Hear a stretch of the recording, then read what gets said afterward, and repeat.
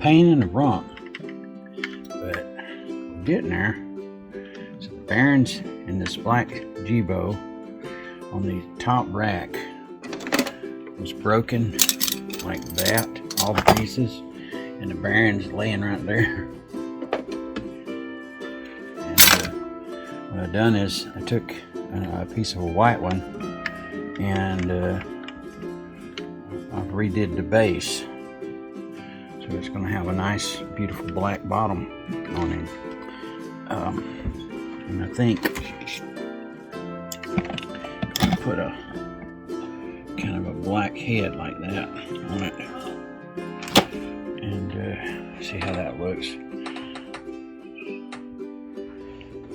I've got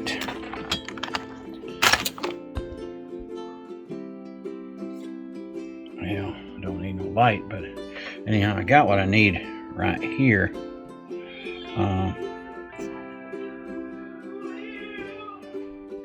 Which just has the bearing and the rack all in it. And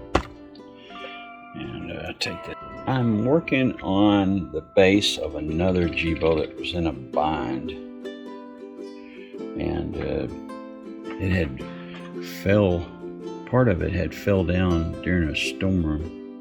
And what I found was, I don't know if you could see that or not, you see that white streak right there?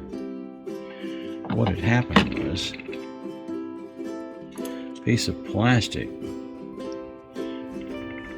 broke off of it, a little piece like that, and was wedged in there, which was keeping this from spinning around. Like this, keeping this from spinning around. Got taking these things apart down to a fine art now. I could pretty well change bearings and repair them, oil them, do all kinds of things to it. And the base seems to be moving freely. I did notice that this wire looked like it had been pressed down. It's got a piece of something on there, but it seems to be loose enough. When you take this part off, right around the edges here, there's some sticky tape that actually holds it down. And these two screws, there's two screws on each side that hold it down. You kind of pry it loose and then unplug it from this part right here, which will be on top of that.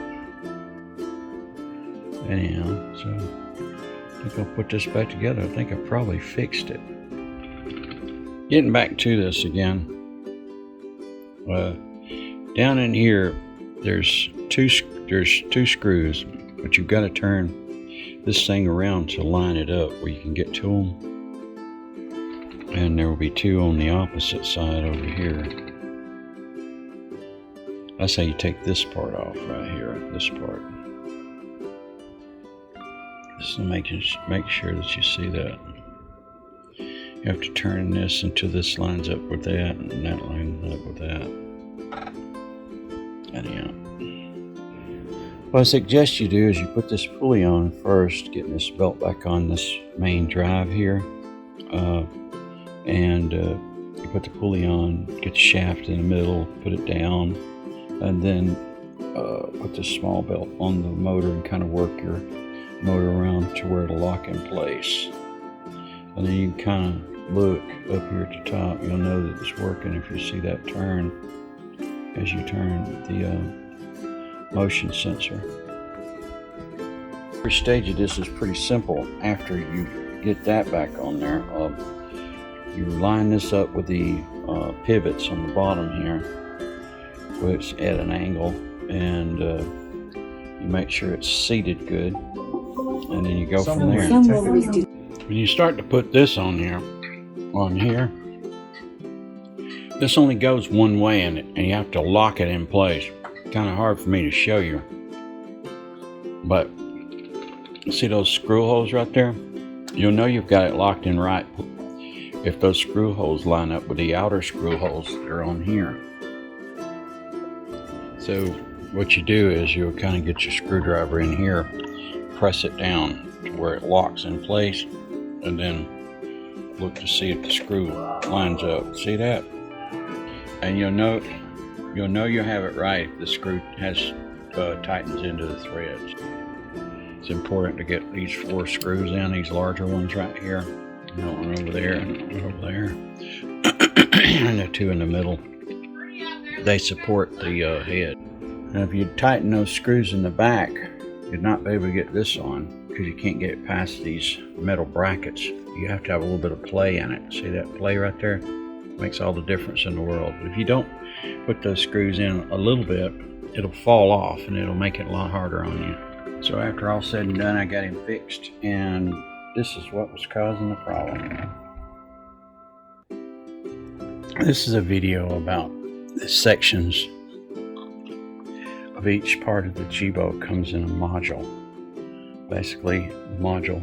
This is the middle module. This is the outer shell module, which is the first part that comes off. Actually, the first part comes off the screen. Then the head and the ring. Then the fan rack. Then the bearing that holds the head on. And then the shell to the outside. And note that this has sticky tape that sticks it to this. So kind of once you get it off there, you'll find this underneath it. This has 2 screws on each side. You take those out and it comes off.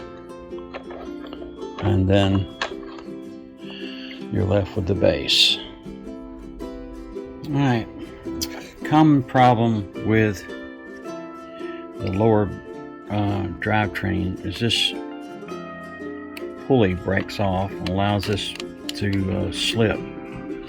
And what I've done is I've put a self-tapping screw in this and substituted it for the plastic shaft that was broken. This Jibo had a common problem that happens with drivetrains down here in the bottom. Hey Mickey, and I it's a fixed pleasure it. to hear your It's voice. on this video. It's on this video.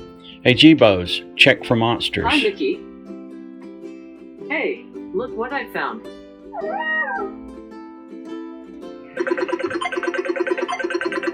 Zero monsters. I guarantee it. If you have this problem with your Jibo, he'll sound like a coffee grinder when he's moving. And I'm just letting you know that I can fix it. I've got it down to a fine art now. So I can rebuild the entire drivetrain. And I have the parts, bearings, and so on. Anyhow, just letting you know. And that fixed him. And you can always test to see if the problem has gone away by going through the menu and doing a few things that requires him to wiggle and If spin. you insist. This is where he would make the racket down the bottom. And here there's nothing down there making the racket.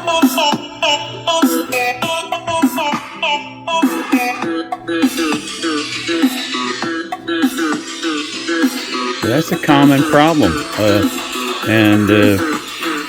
Like I can save your Jibo if you have that problem. A lot of times it happens from falling, dropping it off a desk or something like that. Sometimes it'll break the bearings inside it, but sometimes just a pretty good jolt will break this drivetrain down here. It's because it's not as robust as the rest of it. They have a real small plastic shaft that will snap right off, and it's really tight too, so the belt's pulling on it really tight. So well, that fixed him.